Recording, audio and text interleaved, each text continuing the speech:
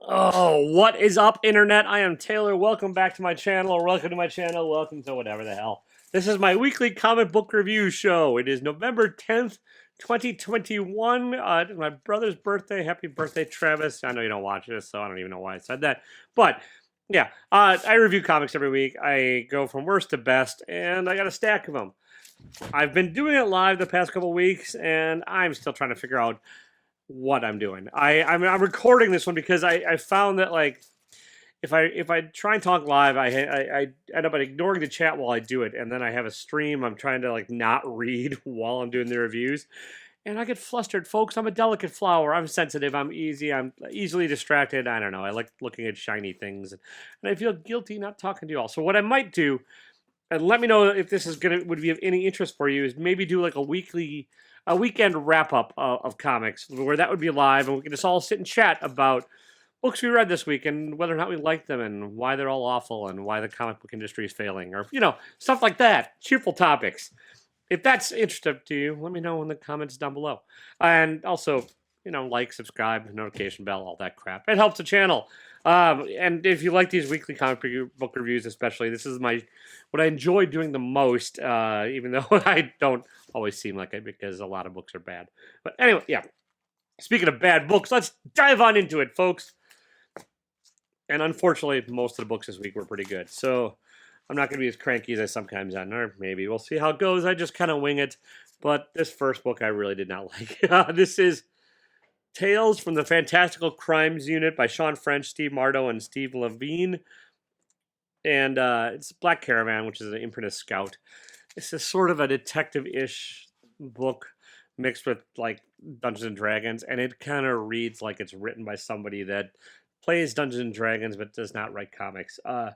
Most of the interesting stuff happens off panel and is just described as an internal monologue by the author, or by the protagonist, antagonist, whatever, the main character. And it just doesn't flow like a good comic, and it kind of jumps all over the place from event to event trying to solve something, and then when the crime is solved, it's very boring and not a great resolution, and it's just kind of dull. I did not enjoy it, and the lettering had way too much of a weird slant to it, to my liking. I know I don't always talk about the lettering. I just noticed enough to bug me. A lot of reverse type too, which is like the white type on a black background, which I don't always even love either. I think it's harder to read. And yeah, I don't know. It was a cover buy for me. I think it was a one shot. I hope it was a one shot. Yeah, there's potential here. Like, the idea of a crime noir set in a Dungeons and Dragons world, I think is a fantastic idea. The execution of this was just not good. All right, and then next, we're kind of getting into some okay books. So yeah, sorry. Not sorry. Actually, I liked it. I enjoyed reading these books today. Joker number 9. There's a different artist on this one. It's Raphael is the last name. I'm probably butchering the pronunciation of it. I did not like this artist as much as I think it was Guillaume French. I can't remember who was doing it previously, but this artist is not bad, but it's just not quite as good. Stuff finally sort of happens in this book. It's Tynan, and Tynan's pacing just drives me nuts sometimes. It's very slow paced. And this is issue number 9.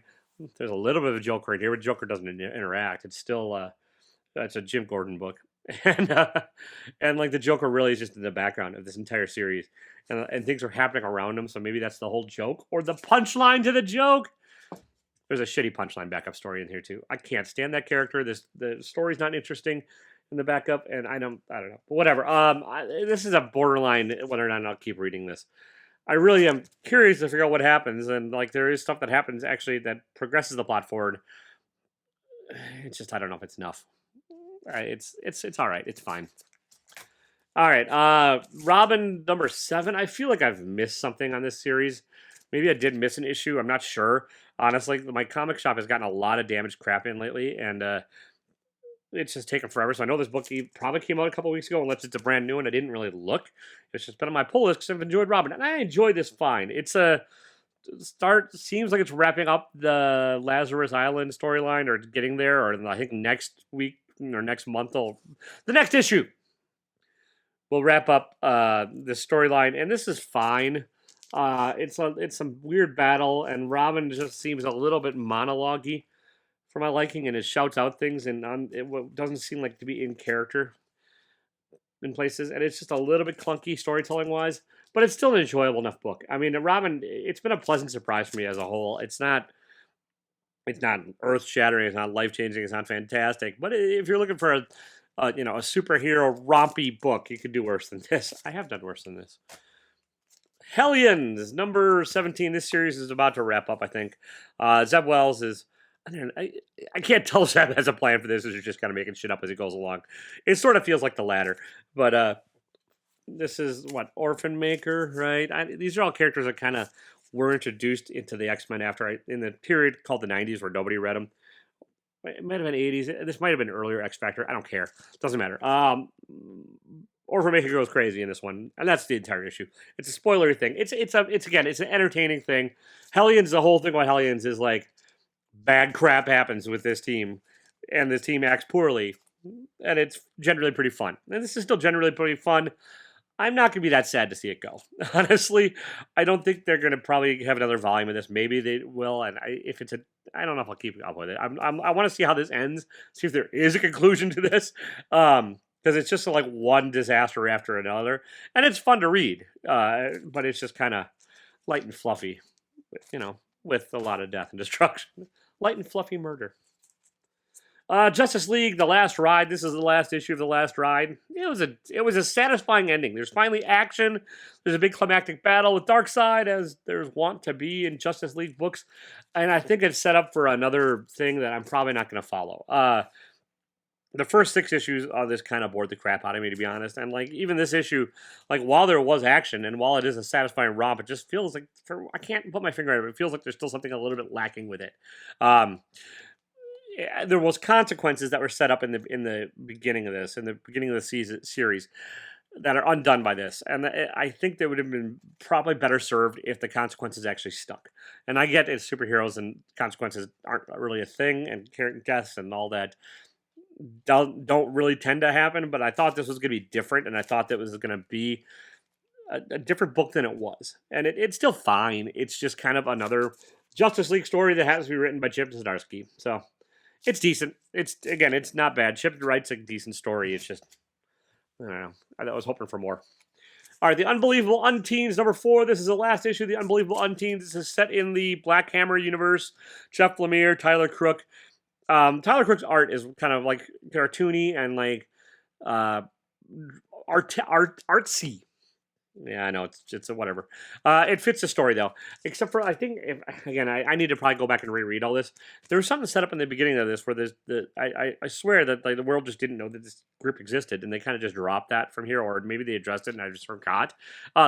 It's a satisfying ending to this. It's not going to change the world. It's not going to, set the world on fire, but it is Jeff Lemire just having fun in his own universe with characters he's created, and he's telling stories that's are slightly more realistic versions of archetypes, the Golden Age teens or the Silver Age teenage groups like the Teen Titans or whatnot, or the Doom Patrol. This is probably a combination of both, and it's what if there is some consequences to these actions, but still have it be ultra fantastical. So it's a fun universe, and I really enjoy Jeff just playing in it. It's not my favorite of the Black Hammer stuff. My favorite is still the main core Black Hammer story, but this is a decent enough way to wrap up this miniseries. All right, I hate the title of this book, and this is ridiculous. Even by comic book standards, this is a ridiculous idea.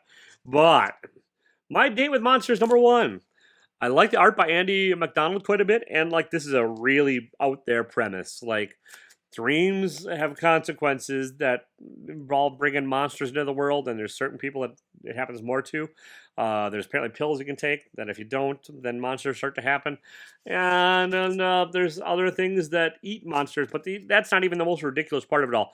The ridiculous part is the main plot that I really don't want to spoil. So if you are going to read this, you'll know what I'm talking about. There's a main A plot that is a wacky plan to save the world that involves the title of this book in a bizarre way, but it's just a out there idea. And that said, I still kind of enjoyed it. It was just stupid, ridiculous fun, and but with swear words, a little bit gritty, and the tone is not as lighthearted as the title would make it sound. It's really not, and there's enough here that I'm going to give it one more issue, which is it's an intriguing enough first issue that I'm okay.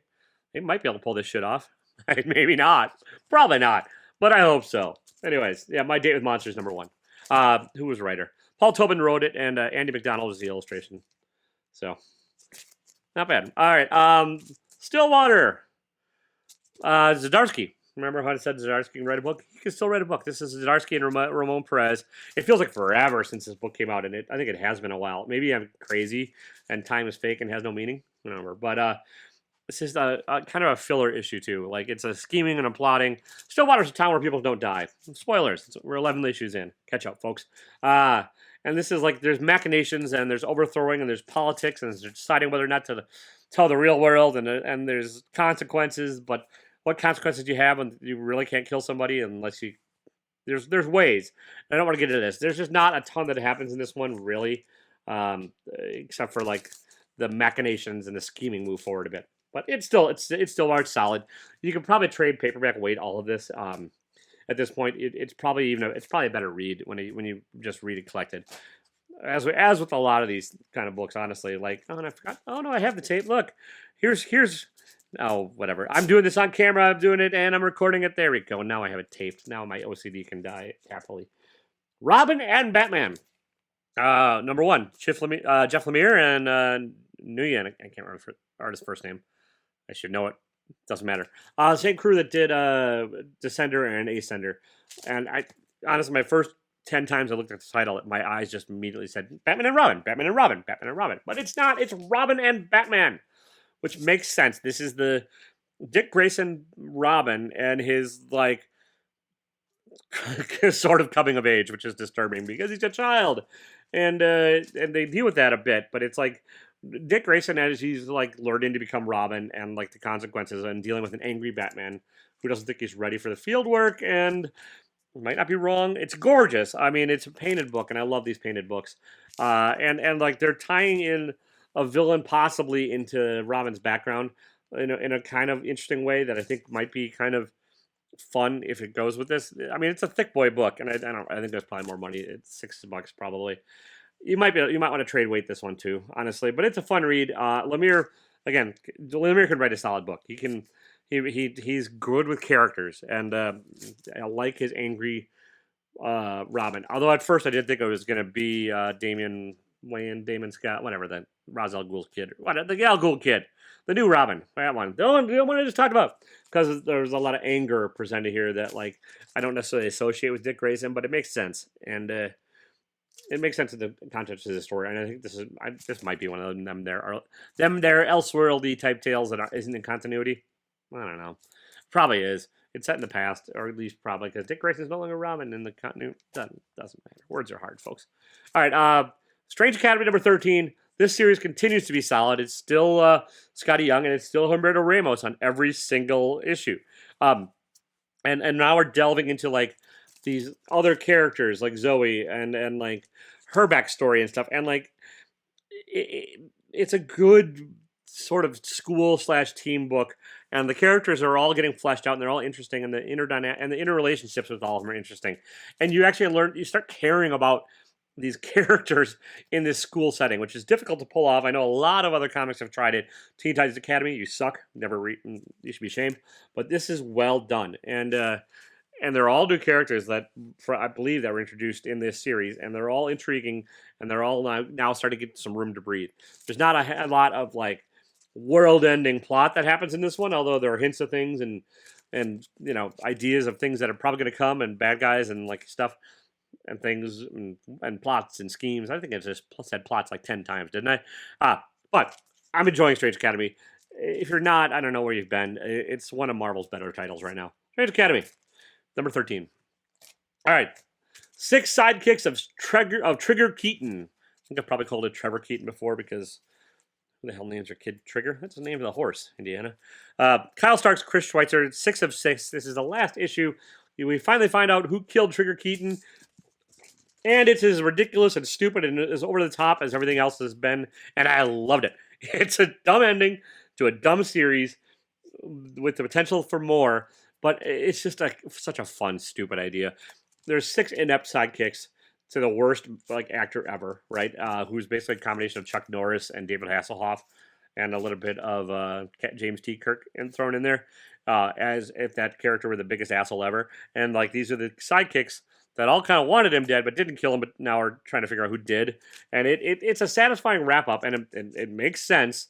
And then there's even more fun at the end with potential of more. And I'd probably be down for more. Pick it up and trade. You probably don't need to hunt the individual issues of this down. I'm sure it'll be collected next because this is the last issue for now. And again, I don't know if they're continuing on. I doubt it, but I've been wrong before, so you never know. But yeah, I'm happy with this. It stuck the landing. Well done. All right, Venom, #1. This is Dylan Brock as Venom. Al Ewing, Ram V, and Brian Hitch on the art. Paul Hitch? I don't know. Can't remember. I'm having trouble with first names of artists, people. I don't know why. Because, whatever. But, solid enough first issue. I like the idea of Dylan as Venom. I think it'll probably be a more interesting Venom than Eddie Brock. It has potential, and again, I get why they're doing it. You make the young characters, you can throw them in the movies and have a young actor that'll grow up and be angry. But, not just for those reasons. I think it's another, Dylan's angry and has abandonment issues and father issues and stuff, and rightfully so. And this addresses that. Then there's also you Eddie Brock in here and the King of the Symbiotes and what's going on there. So there's two plots going on here. I'm enjoying the Dylan thing. The Eddie Brock thing is a little bit too Al Ewing for me, and Al Ewing likes this cosmic stuff, and I like cosmic stuff when it's well done, but he tends to make it just weird for weirdness' sake, and I don't know. I'm not sure, but it was still a fun issue. I think it was a pretty solid first issue, and I'm interested to see where it goes from here. The art's great, although I think the inking is a little heavy. I don't know. I'd like to see with just a little bit lesser, little bit thinner line work on some of it. I don't know, but that's just a personal nitpicking. Hitch tells a good story. There's never panels where you're lost or confused, and solid. All right, Batman, the Imposter. #2 of 3, I think. I don't know how many issues there are. I don't. Here's the thing. I'd have to look that up, and then that's effort. I barely remember to get pre-orders in, folks. I'd barely do that, and so I'm like, oh yeah, I should probably get that. It's coming out this week. This is a gorgeous book, dark, illustrated. Andre Sorrentino's art is great, and I'm a fan of the art. That's the same artist that did Gideon Falls and the Primordial with Jeff Lemire. Yeah, that's my thinking finger. Mattson Tomlin is telling an interesting enough story. It's taken a few twists and turns I did not expect. I liked this issue better than the first issue, and I didn't hate the first issue by any means. This is Batman trying to figure out who's pretending to be him and killing folks, and you're getting there. It's still a pretty, the mystery's not solved in this issue, spoilers, and you get, Batman can be an evil prick when he's trying to solve some things and manipulative himself, and then it's all wrapped around the idea and told through the perspective of him having to go see a therapist because bargains and stuff and whatnot and stuff. I don't necessarily love that therapist-y angle, but it's still a pretty solid story, and I'm having a lot of fun with it. So, all right, This one, I'm not sure if it's going to go anywhere. This could be a horrible mess, and there's not a lot of plot that happened here yet, really. But regarding the matter of Oswald's body, #1, Chris Cantwell. I'm not sure the first name of the artist. Casalanguida? Sure, we'll go with that. And let's get together a team of misfits to go do something. That's this issue. It's the forming of the team. And there's shadow figures forming the team, and there's somewhat incompetent folks that are part of the team, or down on their luck, and they're all trapped, and they don't have other choices, so they're part of the team. What it has to do with Oswald's body, not really sure yet. There's a wrapping device of pages of text that suggests there's gonna be supernatural involvement and stuff. Not a lot of in this issue, but there's really enough here to hook me. It's an interesting first issue hook without a lot of plot. So if you're looking for a plot-heavy first issue, this is not going to be for you. But if you're looking for something that has, I think, probably the most second most interesting first issue that came out this week as far as, premise and everything goes, I'd say this is a good one. And I dug the title, and I love this cover. It's probably my favorite cover of the week, actually, regarding the matter of Oswald's body. All right, Maze book #3, another Jeff Lemire book. This is all Jeff Lemire all the time. A middle-aged man whose daughter has been presumed dead for 10 years or dead, He gets phone calls and might be alive, and like there's a maze where his daughter loves mazes. He's trying to help and solve, and it's still melancholy. Still, you don't know what's going on. Although this does have a very Jeff Lemire last page. Like if you've read any other Lemire stuff lately, you'll be like, oh, that's a Jeff Lemire book. That's the last page of a Jeff Lemire book. Sure is. But it's a 5-issue miniseries. These are $6 an issue, though, so you probably could wait for a collection of this. And it's a thick boy, but it's got some breathing room in here. Like there's pages, and it's been the way this for the first 2 issues. It's not overly heavy on plot. I mean, there's not a lot of plot that actually happens in this book, really. But it's gorgeous. It's got a great sad tone. I know, like great and sad, and like seem like they should be opposite, but like not all books have to be happy and go lucky. And this has this melancholy kind of wistful longing tone to it that I really am enjoying. And I like Maze Book quite a bit. I'm interested to see where it goes. I'm hoping the twist at the end doesn't make it ridiculous. I mean, I'm hoping it doesn't change the tone in a ridiculous way. How about that? So, but Maze Book number 3, really enjoyed it. All right, A Righteous Thirst for Vengeance. Talk about a book that's still kind of light on like verbal plot and or words. Light on words. There we go. Recommender Andrea Lima Araujo. I'm butchering that, I'm sure. I'm sorry. Gorgeous. I love the art in this book. I really do. And like, there's a gentleman that witnessed something he shouldn't, and is now in a situation he probably shouldn't be, and having to deal with it, and trying to get revenge and trying to figure it out or to get vengeance. And yeah, like as far as the storytelling goes, I don't 100% know what's going on yet. I don't think anybody does after this point. But there's it's worth, I think, getting. And I love the visuals of this. And on the visuals alone, I'd say it's a great pickup. And I think it has an interesting enough story, too. Again, it's, I'm not going to take it out. You can find it online. Yeah, but The Righteous Thirst for Vengeance number 2.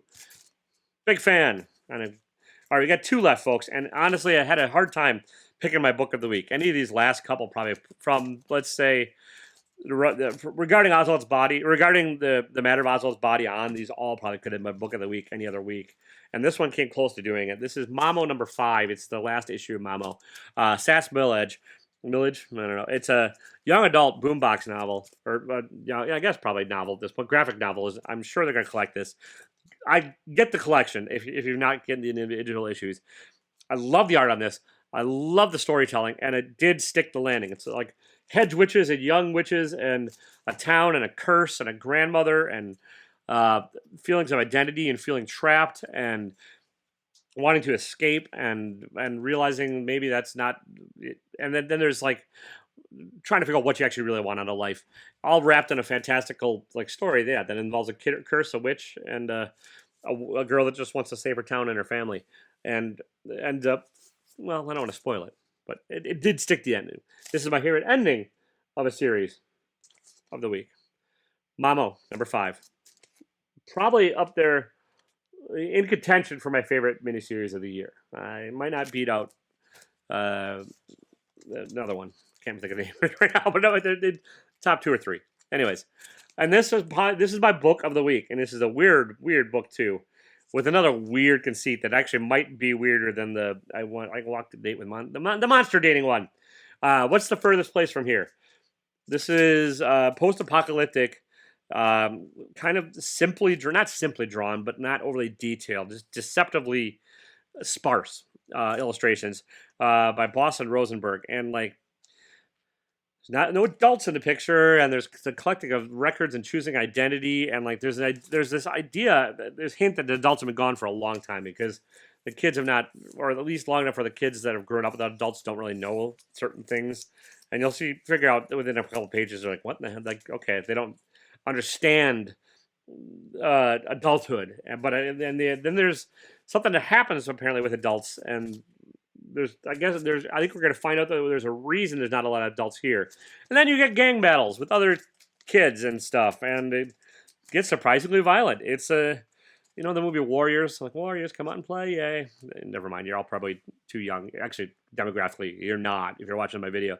But it reminds me of that, but it's also just a bizarre enough concept where there's like throw in some like Dark City movie elements, and I don't know, man. City of Lost Children. It's got some strangeness to it, and it's got like a just enough. Like again, and the stuff does happen in this one. There's violence. There's anger. There's enough of a like breadcrumbs. Really, I'm intrigued to try and figure out what the hell's going on in this, and I don't have any clue. But I'm along for this ride, at least for one more issue. And yeah, this is my favorite book of the week. I like that kind of weird, sickly mustardy color too, and the red. I think it's a really effective cover. And yeah, right, there you have it, folks. That's my pick. So let me know what you thought. Let me know if you read any of these, all these, hated them all, or you think my videos are hot garbage. Leave me a thumbs down. It'd be great. Or thumbs up or whatever. Yeah, just interact, folks. Interact. And let me know if you'd like me to try and figure out a sort of end of the week wrap up live show. If that's more to your taste. I think that might be a better fit for some of this, where I might I'll continue to have a weekly review show, and then just maybe kind of a weekly chitty chatty kind of bang bang show. Yeah, that's what I meant. Yeah. All right. Yeah, I'm gonna get out of here. Don't be a dick, even if you're the last kid on Earth. That doesn't make sense. But even if you're the last person on Earth, be nice to the trees, I guess. I don't know. Don't be a dick. See ya.